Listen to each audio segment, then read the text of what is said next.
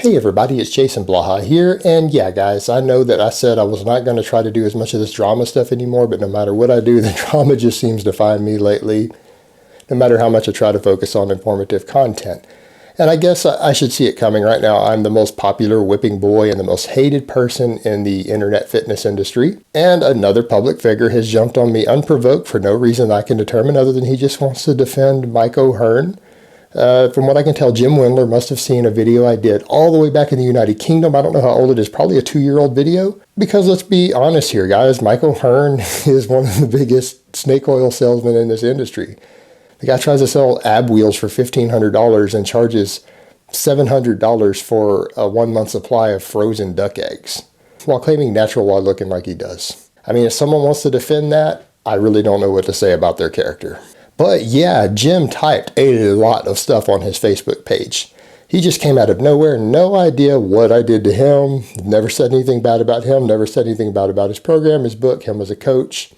I don't think I've mentioned him negative at all. I think I've mentioned a few times in the past that I thought 531 was a good program, especially the Big But Boring template. That if a person really put their efforts into it and ate enough, they'd probably make pretty good gains on it. I don't see why they wouldn't. I mean, like with any other program, it's got its issues and flaws. It's not perfect, but seems to be a pretty good program, what I could tell. Can't really knock it. But yeah, I guess Jim just decided to jump on the bandwagon and attack me like everybody else in the industry is doing these days, and be very vocal about it and waste a lot of his time in the last 24 hours just typing paragraph after paragraph about me, responding to people talking about me, watching videos about me, and then other people showing up who are like, yo, he's so much better than you in all ways. Well, I didn't know I was competing with Jim in any ways. Jim coaches. I'm not interested in coaching. He sells, I guess his ebook, 531 is an ebook. I'm not selling ebooks. He doesn't do YouTube. I do YouTube. We kind of have a different audience. We have a different interest. I'm mostly interested in just helping people learn about fitness, learn about nutrition, getting people involved in lifting, trying to convince people that weightlifting is great for your health, it's great for your fitness. It's amazing for things like osteoporosis, preventing cancer, helping cure cancer, trying to get people up off their asses and in the gym. And as far as even competition goes, he's a lot younger than me. He competes in powerlifting. I only competed in powerlifting for a year here, guys. I came back, and the reason I competed in powerlifting, I achieved. I got everything that I wanted. As most of you know, I got really, really sick. My doctors told me I couldn't train for about 4 years, and I didn't. I was sedentary for 4 years in my early 30s. I spent an entire year in bed, and when I got out of bed, I had to learn to walk again. My doctors told me I wouldn't walk without a cane ever again. They told me I'd probably never lift weights again. Well, I started lifting again. I got permission to compete in powerlifting.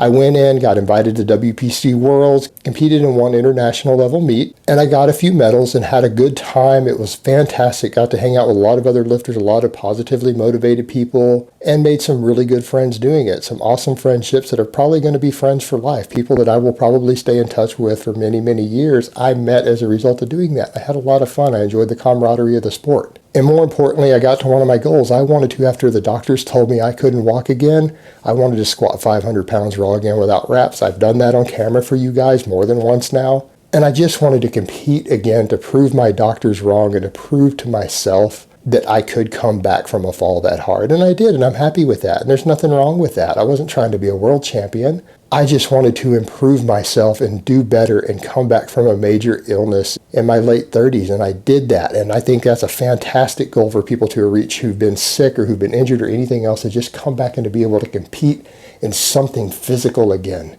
It's an amazing feeling. And that's something I want to urge everybody to do who's ever been sick or beaten down or had something really horrible happen to you physically, whether it's an illness or injury, is to just come back and compete again. And that's what I did. And I want to encourage other people to do that. I think it's a very positive thing. And so why people have a problem with that, I really don't know, because I never claimed to be some great, amazing powerlifter. I was a guy coming back from a major debilitating illness, and I achieved what I set out to achieve. So I'm not competing with Jim. So why Jim really has a problem with me for me calling out con artists and snake oil salesmen, I don't know. I guess that speaks a lot about his character. And it kind of comes to another point. Normally, I would say, you know what, Jim, you and I don't really have a beef. There's no issue between us. I can't really see that you're a con man that I'm aware of in any way. If you're in Texas, why don't you come down? We'll have a few Shiner beers, go eat some barbecue, maybe go down to the rifle range, put a little 5.56 NATO downrange, have a good time. But because he's got neck tattoos and things, Where I live, that represents that you're either a gang member, a member of a drug cartel, or that you're like a heroin junkie or that you smoke crack or something like that. I can't be publicly associated with people who look like that because I'm trying to do business stuff in the long term where I'm going to need class 3 licenses, FFLs, things like that. I can't really associate with a criminal element like that or be seen in public with them.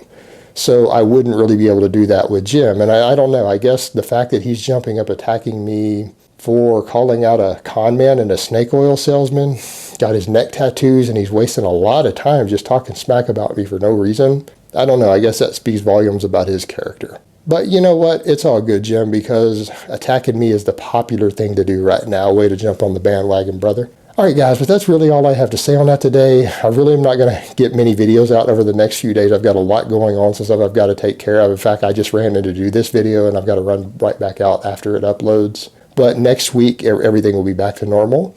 So I hope this has been informative, and I will talk to you guys next time.